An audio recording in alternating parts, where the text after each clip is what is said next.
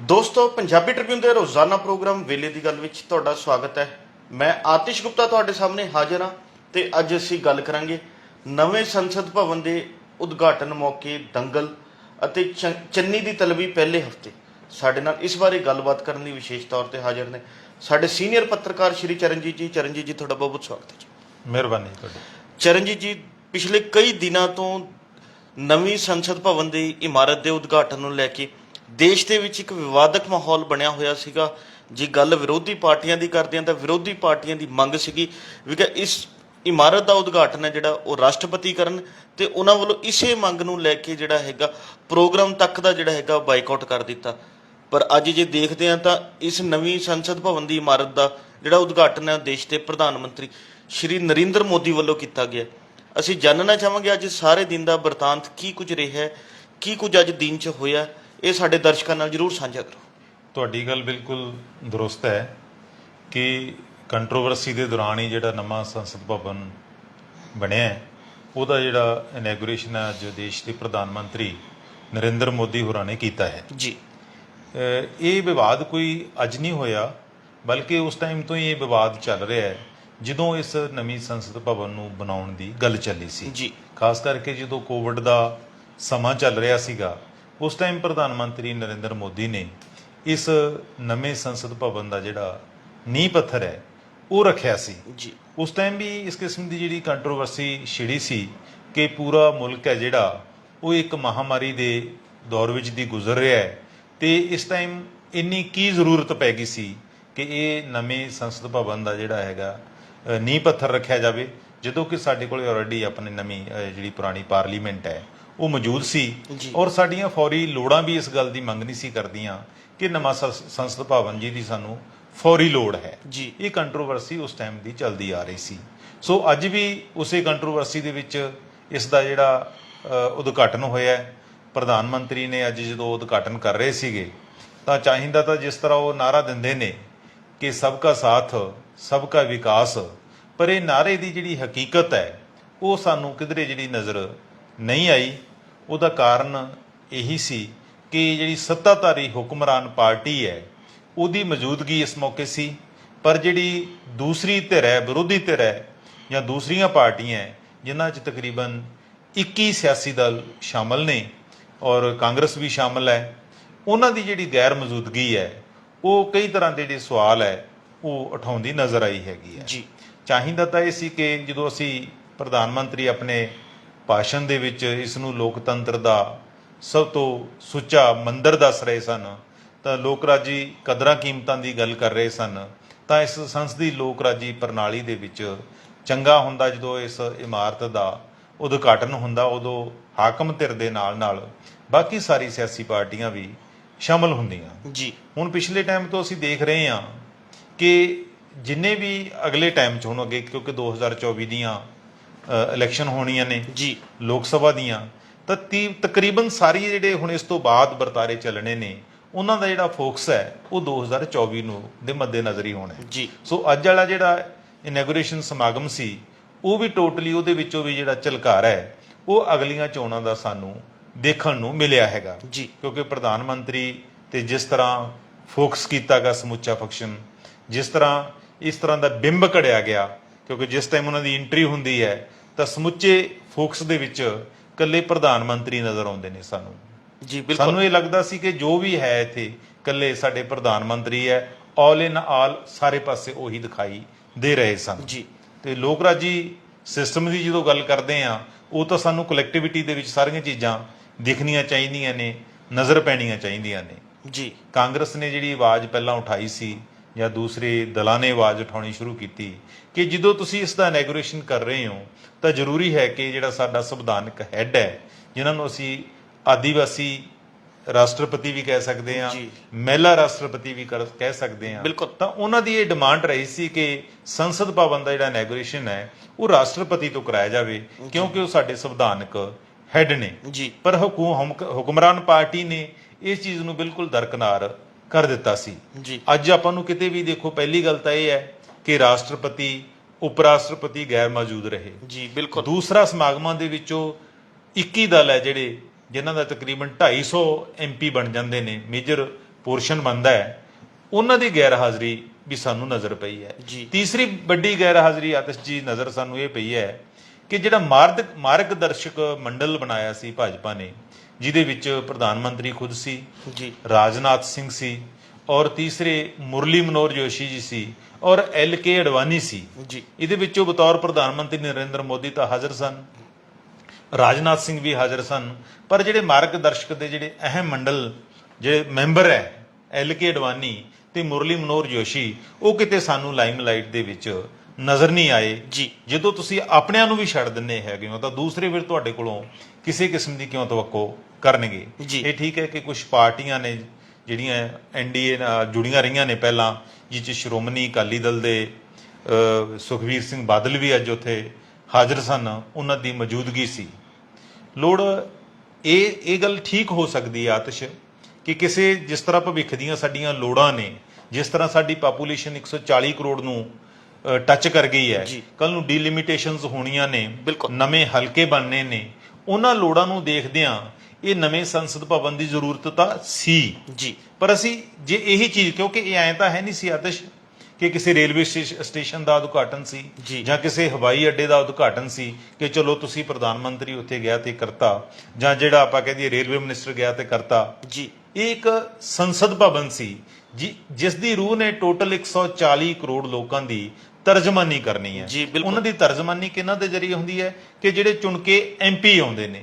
ਜਦੋਂ 250 MP ਗੈਰ ਹਾਜ਼ਰ ਸਨ ਉਸ ਮੌਕੇ ਤੇ, ਤਾਂ ਅਸੀਂ ਇਹ ਨਹੀਂ ਕਹਿ ਸਕਦੇ ਕਿਸੇ ਸਮੁੱਚੇ ਭਾਰਤ ਦੀ ਤਰਜਮਾਨੀ ਅੱਜ ਉਦਘਾਟਨੀ ਸਮਾਗਮਾਂ ਮੌਕੇ ਹੋਈ ਹੈ। ਜੀ ਹਾਲਾਂਕਿ ਇਹ ਠੀਕ ਹੈ ਕਿ ਇਹਦੀ ਕੈਪੈਸਿਟੀ ਹੈ ਜਿਹੜੀ ਹੁਣ 1272 ਦੇ ਕਰੀਬ ਰਾਜ ਸਭਾ ਔਰ ਲੋਕ ਸਭਾ ਦੇ ਮੈਂਬਰਾਂ ਦੀ ਬਣ ਜਾਣੀ ਹੈ, ਕਿ ਸਾਡੀਆਂ ਲੋੜਾਂ ਵੀ ਹੈ, ਆਉਣ ਵਾਲੇ ਟਾਈਮ ਦੇ ਵਿੱਚ ਸਾਡੇ ਜਿਹੜੇ MP ਹੈ ਉਹ ਵੀ ਵਧਣੇ ਨੇ। ਜੀ ਠੀਕ ਹੈ, ਰਾਜ ਸਭਾ ਦੇ ਮੈਂਬਰਾਂ ਦੇ ਵਿੱਚ ਵੀ ਜਿਹੜਾ ਵਾਧਾ ਹੋਣਾ ਹੈਗਾ, ਉਸ ਨਜ਼ਰ ਤੋਂ ਤਾਂ ਠੀਕ ਹੈ। ਪਰ ਹੁਣ ਦੇਖਣ ਵਾਲੀ ਇਹ ਵੀ ਵੱਡੀ ਗੱਲ ਹੋਏਗੀ ਸਾਡੇ ਸਾਹਮਣੇ ਕਿ ਇਹ ਤਾਂ ਨਹੀਂ ਕਿ ਇਕੱਲਾ ਭਵਨ ਹੈ ਜਾਂ ਇਮਾਰਤ ਹੈ। ਜੀ ਹੁਣ ਦੇਖਣਾ ਹੋਏਗਾ ਕਿ ਨਵਾਂ ਸੰਸਦ ਭਵਨ ਬਣਾਉਣ ਨਾਲ ਕੀ ਸਾਡੇ ਹੁਕਮਰਾਨਾਂ ਦੀ ਸੋਚ ਦੇ ਵਿੱਚ ਵੀ ਕੋਈ ਤਬਦੀਲੀ ਆਏਗੀ। ਜੀ ਜਿਸ ਤਰ੍ਹਾਂ ਅਸੀਂ ਪੁਰਾਣੇ ਭਵਨ ਦੇ ਵਿੱਚ ਦੇਖਦੇ ਰਹੇ ਹਾਂ ਕਿ ਜਿੱਥੇ ਸੰਵਾਦ ਦੀ ਕਮੀ ਰਹੀ ਹੈ, ਬਹਿਸ ਦੀ ਕਮੀ ਰਹੀ ਹੈ, ਚਰਚਾ ਦੀ ਕਮੀ ਰਹੀ ਹੈ, ਕੀ ਇਹ ਕਮੀਆਂ ਜਿਹੜੀਆਂ ਨਵਾਂ ਸੰਸਦ ਭਵਨ ਬਣਨ ਦੇ ਨਾਲ ਕਿ ਦੂਰ ਹੋਣਗੀਆਂ? ਅਗਰ ਇਹ ਦੂਰ ਹੋਣਗੀਆਂ ਫਿਰ ਤਾਂ ਉਹਦੇ ਕੋਈ ਮਾਣੇ ਰਹਿ ਜਾਂਦੇ ਨੇ। ਜੀ ਨਹੀਂ ਤਾਂ ਫਿਰ ਉਹ ਇੱਕ ਭਵਨ ਦੀ ਤਰ੍ਹਾਂ, ਜਿਸ ਤਰ੍ਹਾਂ ਪੁਰਾਣੀ ਬਿਲਡਿੰਗ ਸੀ ਉਸ ਤਰ੍ਹਾਂ ਇਹ ਨਵੀਂ ਬਿਲਡਿੰਗ ਬਣ ਜੇਗੀ, ਖੂਬਸੂਰਤ ਬਿਲਡਿੰਗ ਬਣ ਜੇਗੀ। ਜਿਸ ਤਰ੍ਹਾਂ ਕਹਿੰਦੇ ਨੇ ਕਿ 1200 ਕਰੋੜ ਰੁਪਇਆ ਲਾਇਆ ਹੈ ਤਾਂ ਉਹ ਇੱਕ ਇਮਾਰਤ ਤੇ ਲਾਇਆ ਹੋ ਸਕਦਾ। ਲੋੜ ਇਸ ਗੱਲ ਦੀ ਹੋਏਗੀ ਕਿ ਸਾਡੇ ਜਿਹੜੇ ਹੁਕਮਰਾਨ ਨੇ, ਜਿਹੜੀਆਂ ਸਾਡੀ ਜਮਹੂਰੀਅਤ ਦੀਆਂ ਸੱਚੀਆਂ ਸੁੱਚੀਆਂ ਕਦਰਾਂ ਕੀਮਤਾਂ ਨੇ, ਕਿ ਉਹਨਾਂ ਤੇ ਨਵੀਂ ਸੰਸਦ ਭਵਨ ਦੇ ਵਿੱਚ ਪਹਿਰਾ ਦਿੱਤਾ ਜਾਵੇ। ਜੀ ਚਰਨਜੀਤ ਜੀ, ਜਿਵੇਂ ਤੁਸੀਂ ਦੱਸਿਆ ਤੇ ਅਸੀਂ ਵੀ ਸਵੇਰ ਤੋਂ ਪ੍ਰੋਗਰਾਮ ਦੇਖ ਰਹੇ ਸੀਗੇ, ਉੱਥੋਂ ਇੱਕ ਚੀਜ਼ ਦੀ ਝਲਕ ਜਿਹੜੀ ਹੈਗੀ ਹੈ ਸਾਫ਼ ਤੌਰ ਤੇ ਦੇਖਣ ਨੂੰ ਮਿਲੀ ਹੈ ਵੀ ਕਿ ਭਾਜਪਾ ਵੱਲੋਂ ਇਹ ਨਵੀਂ ਸੰਸਦ ਦੀ ਜਿਹੜੀ ਇਮਾਰਤ ਹੈ, ਇਸ ਨੂੰ ਕੋਈ ਕੇਂਦਰ ਸਰਕਾਰ ਦੀ ਜਾਂ ਦੇਸ਼ ਦੀ ਪ੍ਰਾਪਤੀ ਵਜੋਂ ਨਹੀਂ, ਬਲਕਿ ਨਰਿੰਦਰ ਮੋਦੀ ਦੀ ਇੱਕ ਇਕੱਲੀ ਛਵੀ ਦੀ ਪ੍ਰਾਪਤੀ ਵਜੋਂ ਜਿਹੜਾ ਹੈਗਾ ਉਭਾਰਿਆ ਜਾ ਰਿਹਾ। ਜਿਵੇਂ ਤੁਸੀਂ ਦੱਸਿਆ ਵੀ ਹੈ ਵੀ ਕਿ ਉਹਨਾਂ ਨੂੰ ਹੀ ਜਿਹੜਾ ਹੈਗਾ ਲਾਈਮਲਾਈਟ ਦੇ ਵਿੱਚ ਰੱਖਿਆ ਗਿਆ। ਤੁਸੀਂ ਇਸ ਨੂੰ ਕਿਵੇਂ ਦੇਖੋਗੇ? ਫਿਰ ਦੇਖੋ, ਪਿਛਲੇ ਕੁਝ ਟਾਈਮ ਤੋਂ ਨਾ ਸਾਡੀ ਸਿਆਸਤ ਦੇ ਵਿੱਚ ਜਿਹੜੀ ਪਰਸਨੈਲਿਟੀ ਕਲਟ ਹੈ ਜੀ, ਉਹ ਬਹੁਤ ਭਾਰੂ ਹੋ ਗਿਆ ਹੈਗਾ।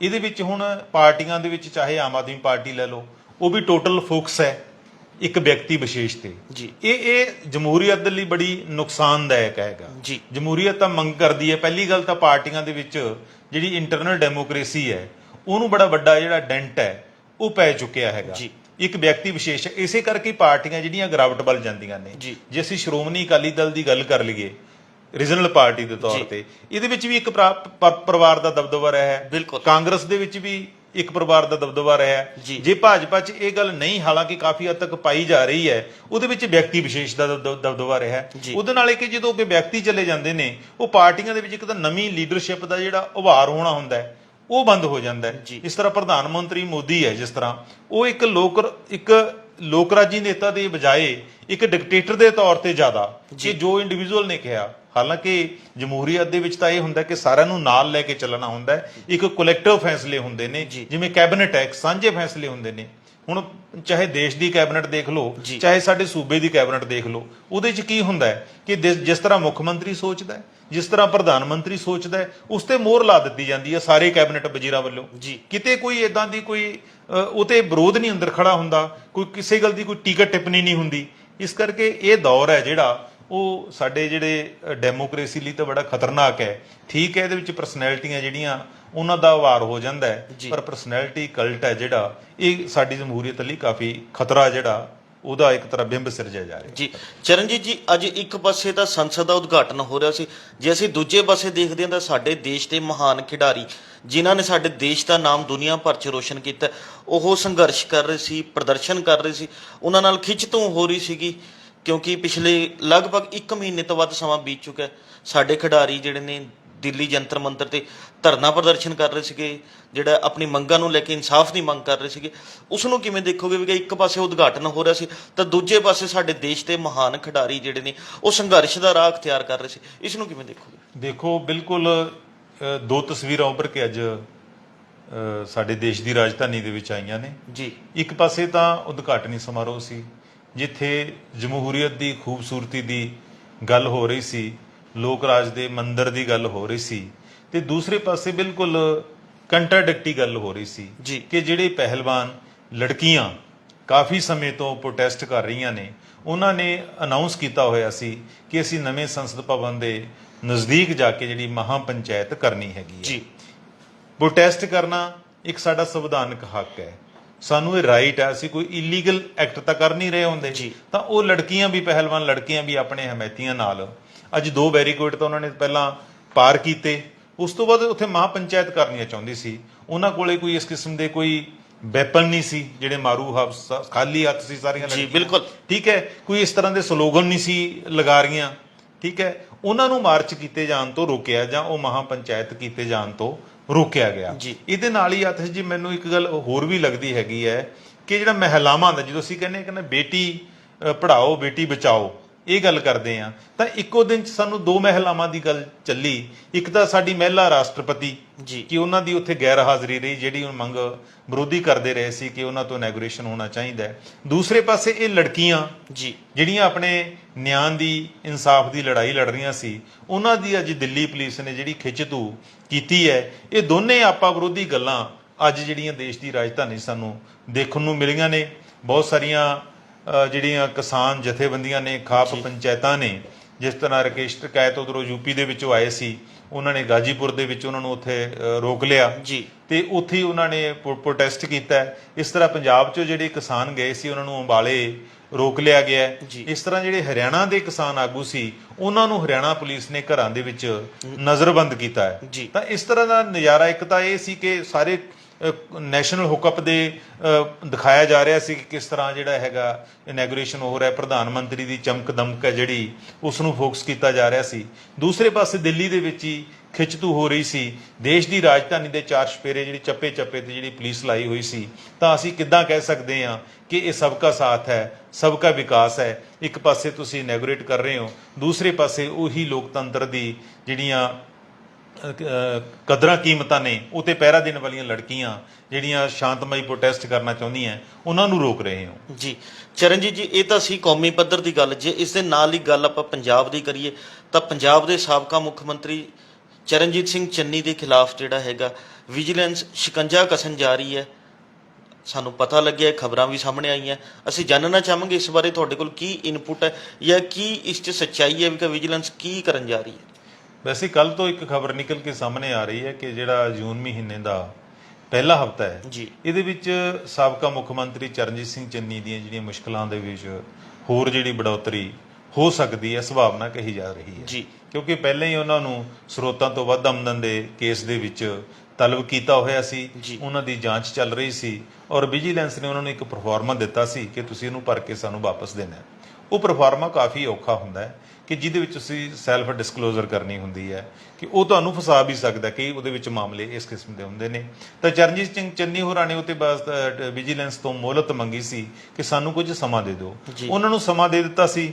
ਤਾਂ ਹੁਣ ਪਤਾ ਲੱਗਿਆ ਕਿ ਜਦੋਂ ਮੁੱਖ ਮੰਤਰੀ ਭਗਵੰਤ ਮਾਨ ਹੋਰਾਂ ਨੇ ਇੱਕ ਪਲੇਅਰ ਦੇ ਸਾਹਮਣੇ, ਕ੍ਰਿਕਟ ਪਲੇਅਰ ਦੇ ਸਾਹਮਣੇ ਆਉਣ ਦੀ 2 ਕਰੋੜ ਦੇ ਰਿਸ਼ਵਤ ਦੇ ਦੋਸ਼ ਲਾਏ ਨੇ, ਤਾਂ ਉਸ ਮਗਰੋਂ ਜਿਹੜਾ ਹੈਗਾ ਵਿਜੀਲੈਂਸ ਨੇ ਵੀ ਆਪਣੀ ਜਿਹੜੀ ਉਹ ਤੇਜ਼ ਕਰ ਦਿੱਤੀ ਹੈ ਤੇ ਸੰਭਾਵਨਾ ਹੈ ਕਿ ਉਹਨਾਂ ਨੂੰ ਜੂਨ ਦੇ ਪਹਿਲੇ ਹਫ਼ਤੇ ਜਿਹੜੀ ਵਿਜੀਲੈਂਸ ਹੈ ਉਹ ਤਲਬ ਕਰ ਸਕਦੀ ਹੈ। ਦੂਸਰੇ ਪਾਸੇ ਜਿਹੜੀ ਮੁੱਖ ਮੰਤਰੀ ਨੇ ਗੱਲ ਕਹੀ ਸੀ 2 ਕਰੋੜ ਵਾਲੀ, ਤਾਂ ਉਹ ਵੀ IPL ਦੇ ਜਿਹੜੇ ਮੈਚ ਹੈ ਉਹ ਅੱਜ ਖਤਮ ਹੋ ਰਹੇ ਨੇ। ਜੀ। ਕੱਲ ਨੂੰ ਉਹਨਾਂ ਖਿਡਾਰੀਆਂ ਦਾ ਲੰਚ ਜਾਂ ਡਿਨਰ ਰੱਖਿਆ ਹੋਇਆ ਇੱਕ ਸਾਂਝਾ। ਜੀ। ਉਸ ਤੋਂ ਬਾਅਦ ਉਹ ਖਿਡਾਰੀ ਹੈ ਜਿਹੜਾ ਉਹ ਚੰਡੀਗੜ੍ਹ ਲੱਭਿਆ। ਜੀ। 8000 ਦੇ ਵਿੱਚੋਂ ਅੱਗੇ ਉਹਨਾਂ ਨੂੰ ਸਿਰਫ 3400 ਐਪਲੀਕੇਸ਼ਨ ਹੈ ਜਿਹੜੀਆਂ ਉਹਨਾਂ ਨੂੰ ਲੱਗਿਆ ਕਿ ਸਾਡੇ ਨਾਲ ਹੀ ਸੰਬੰਧ ਉਹ ਦੂਸਰੇ ਡਿਪਾਰਟਮੈਂਟਾਂ ਨਾਲ ਤਾਲੁਕ ਰੱਖਦੀਆਂ ਨੇ, ਉਹਨਾਂ ਨੂੰ ਭੇਜ ਦਿੱਤੀਆਂ ਨੇ। ਤਾਂ ਅਲਟੀਮੇਟਲੀ 44-4500 ਕੰਪਲੇਂਟਸ ਹੈ ਜਿਹੜੀ 4 ਲੱਖ ਦੇ ਵਿੱਚੋਂ ਉਹਨਾਂ ਦੀ ਅੱਗੇ ਇਨਵੈਸਟੀਗੇਸ਼ਨ ਹੋਈ ਹੈ। ਇਨਵੈਸਟੀਗੇਸ਼ਨ ਦੇ ਆਧਾਰ ਤੇ ਜਿਹੜੇ ਅੱਗੇ ਮੁਕੱਦਮੇ ਦਰਜ ਹੋਏ ਨੇ ਜਾਂ ਟਰੈਪ ਕੇਸ ਦਰਜ ਹੋਏ ਨੇ, ਜਿੰਨੇ ਵੀ ਐਵੀਡੈਂਸ ਸੀ। ਤਾਂ ਚੰਗਾ ਹੈ ਕਿ ਜੇ ਇਹ ਜਦੋਂ ਦੀ ਇਹ ਕੰਪੇਨ ਚੱਲੀ ਹੈ ਉਹਦੇ 'ਚ ਹਾਕਮ ਧਿਰ ਹੈ ਜਿਹੜੀ ਆਮ ਆਦਮੀ ਪਾਰਟੀ ਹੈ, ਉਹਨਾਂ ਨੂੰ ਇਹ ਲੱਗਿਆ ਉਹ ਇੱਕ ਮੈਸੇਜ ਦੇਣਾ ਚਾਹੁੰਦੇ ਕਿ ਪਿਛਲੀਆਂ ਸਰਕਾਰਾਂ ਦੇ ਸਮੇਂ ਲੁੱਟ ਖਸੁੱਟ ਹੋਈ ਹੈ, ਅਸੀਂ ਉਹਨੂੰ ਬੇਪਰ